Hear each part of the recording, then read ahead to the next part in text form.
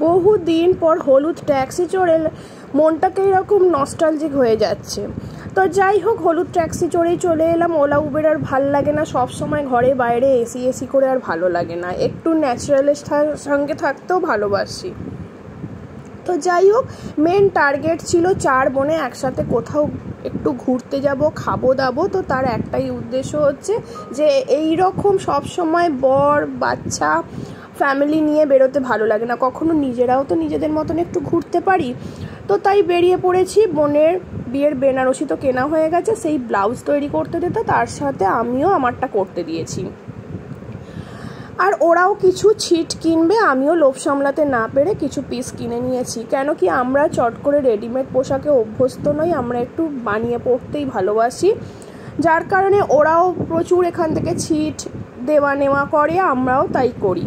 তো সেই সব করে মেন টার্গেট হচ্ছে খাওয়া দাওয়া। খেতে চলে এসেছি, এইটা ফার্স্ট টাইম ঢুকছি, বেশ বড় পরিষ্কার।